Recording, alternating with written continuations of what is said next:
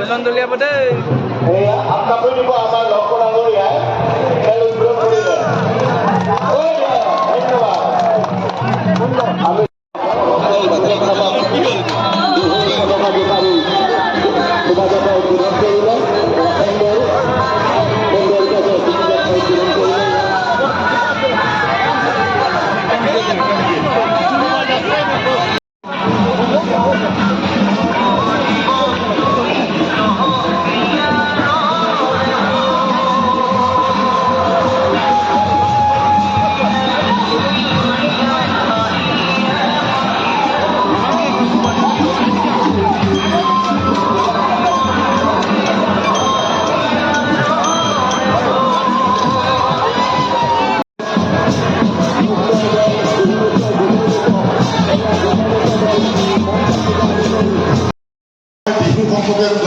আপত্তি আছে নেকি?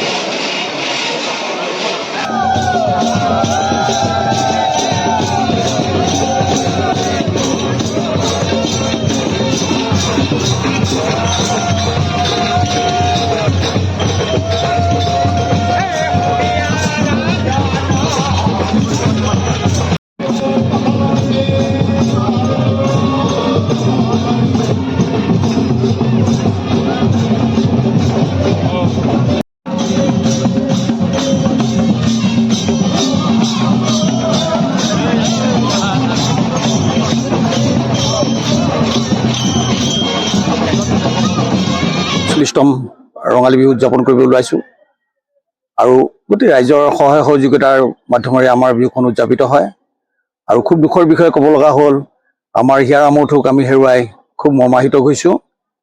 তেখেতৰ হেৰুৱাৰ বেদনা হয়তো আমি ভাষাৰে প্ৰকাশ কৰিব নোৱাৰিম আৰু তেওঁৰ কৰি যোৱা সৃষ্টিৰাজিক সকলোৱে খুব শ্ৰদ্ধাৰে শুদ্ধভাৱে চৰ্চা কৰক তাৰে কামনা কৰোঁ আৰু তেওঁৰ দ্বিতীয়টো আমি অসমত কাকো বিচাৰি নাপামেই।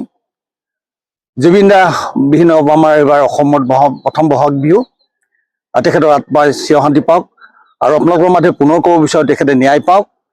জয় জুবিন দা। আৰু খুব বেছি ক'বলৈ ইচ্ছা নকৰোঁ। জয় জুবিন দা।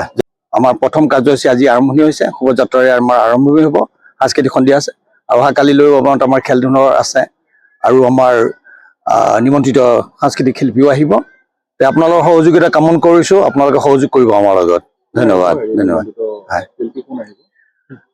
জ্ঞানম ৰবি আহিব আমাৰ অহাকালিলৈকে তেখেতে আৰু আমাৰ স্থানীয় শিল্পীৰ এটা কাৰ্যসূচী আছে, তাৰপৰা আমাৰ ৰঞ্জন কুমাৰো আজি গীত পৰিৱেশন কৰিব। আহিব আপোনালোক অকণমান সহযোগ কৰিলে আমাৰ আৰু ভাল লাগিব, আপোনালোকৰ মাধ্যমেৰে আমাৰ প্ৰচাৰ হওক। ধন্যবাদ আপোনালোকলৈ থাকিল।